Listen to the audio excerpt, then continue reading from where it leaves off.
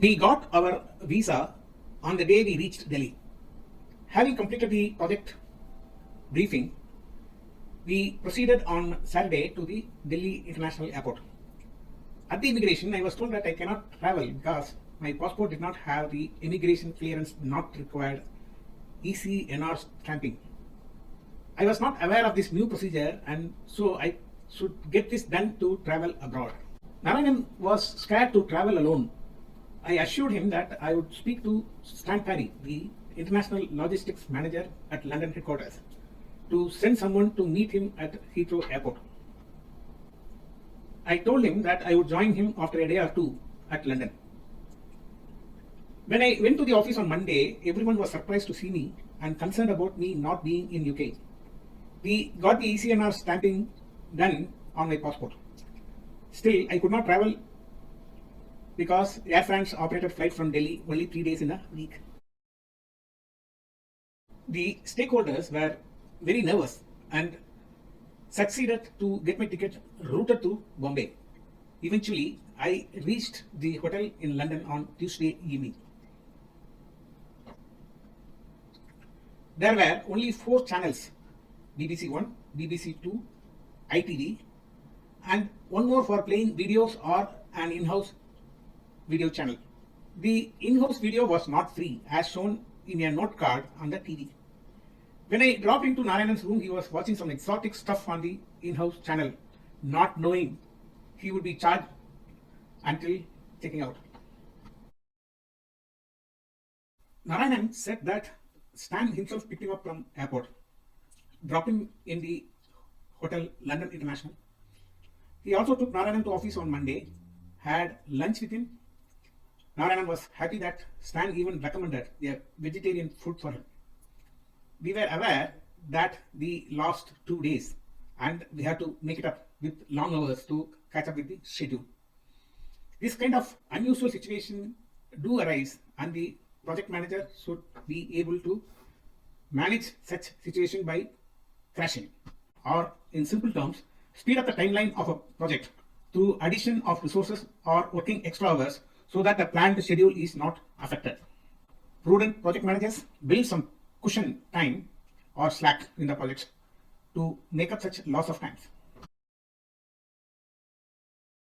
I first thought this was not a very important project for ICL, but I learned on the first day itself that everyone we met were very serious about this project in ICL headquarters at Putney Bridge, because ICL's future business for a large system worldwide, particularly in Indian marketplace, depended on the success of this project. Almost everyone we contacted knew about Indian Air Force and why we were there. I became confident that we would get a good support from ICL.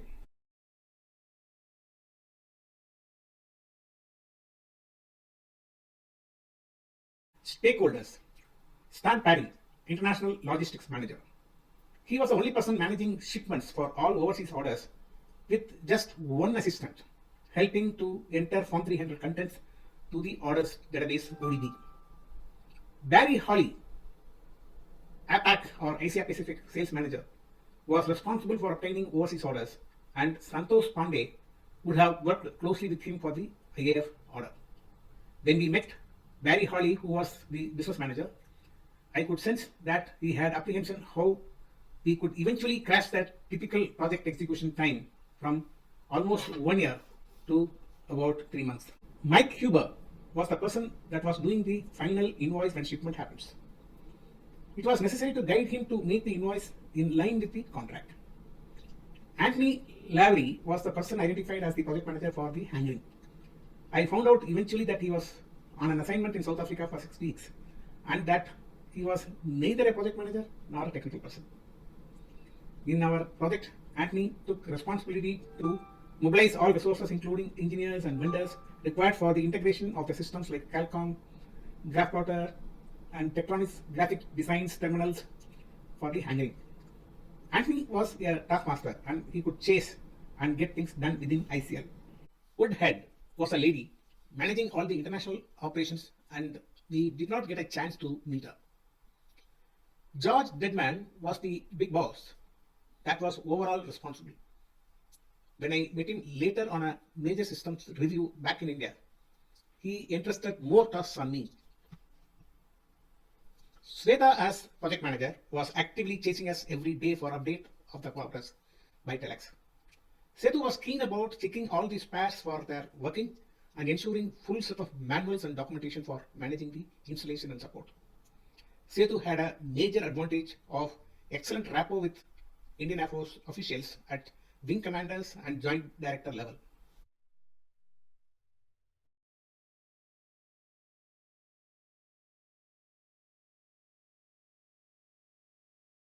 ICL paid for our travel and expenses in UK, being an ICL project. ICL also arranged accommodation in star category hotels for us. We both wanted to check the content of the ODB before the order execution. Our first job was to get the current feature list for hardware and software availability schedule SAS, so that we could validate the ODB with the Form 300 that was made in India with the manuals that were available at LAS.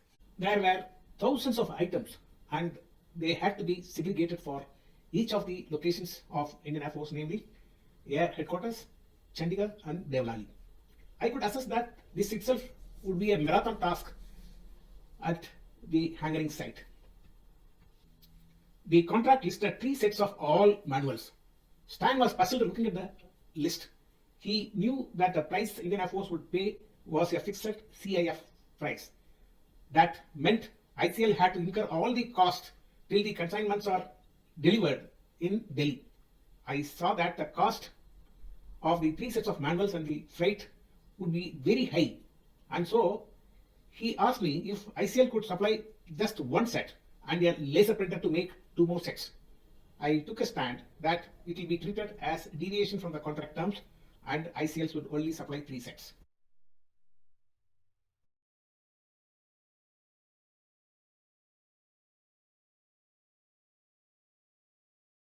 Integrating the ICL 2958 system in both BME and VME operating systems with the other 2 ME29 systems was the first venture. We interacted with the experts, operating system development team and head office technical groups seeking various components of the system software required to achieve the interfacing. We had just a week ahead of us to start the actual hanging. Stan was very cooperative and he kept looking ahead to ensure timely shipment.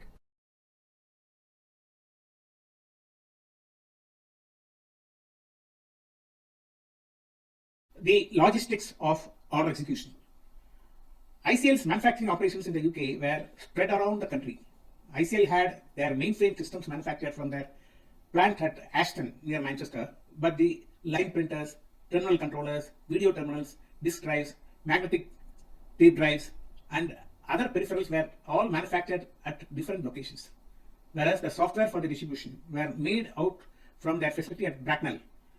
The manuals and other literatures were printed at other places in the UK. To make the entire computer system operational, there were many other items like cables, accessories, etc. needed.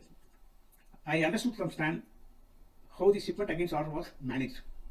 Adding to the complexities, there were many bought out items like dot matrix printers, cartridge drives, etc. Most Indian customers also included certain unique add-ons like digital plotters, graphic devices, etc., which were usually drop shipped to consolidation agency before shipment overseas. The logistics was managed systematically from London's head office. ICL had excellent set of processes for executing the deliveries. When the sales personnel obtained an order, they were required to fill up the Form 300, giving complete bill of materials required to fulfill the customer order. ICL periodically circulated feature list for the hardware items and software availability schedule SAS for the software and manuals. Every order for a system was entered into an order database with item code for every item using the feature list and SAS. Every business unit of ICL used the ODB for planning, production, packing, and shipment. Amazingly, the integration of the system was carried out only at customer site and it worked. There were hardly any issues, but it was different in case of India, especially if the project was large with a variety of items that required extraordinary skills and efforts to integrate them all. Every component of the system was thoroughly tested for the interface and software environment as specified in Form 300. Software versions were matched with the hardware feature numbers. All items were shipped to the warehouse of Jordan's Air Agency, located close to the London Heathrow Airport. The warehouse had areas marked for every customer order. The logistics manager, operating from the head office of London, kept track of supplies from the packing slips received, and he could follow up and ensure that all items were dispatched before the expected shipment date.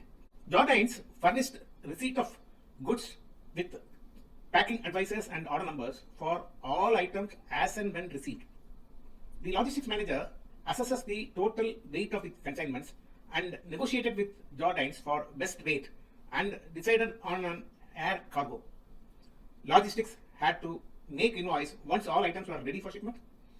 He was able to advise Jordanes to consolidate small items into single large box of dispatchable units. Jordanes gave the weights and dimensions of such big packages.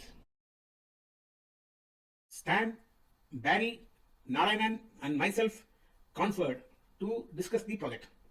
The schedule was already there and I was required to give green signal to start the production. I knew that the ownership was on my head.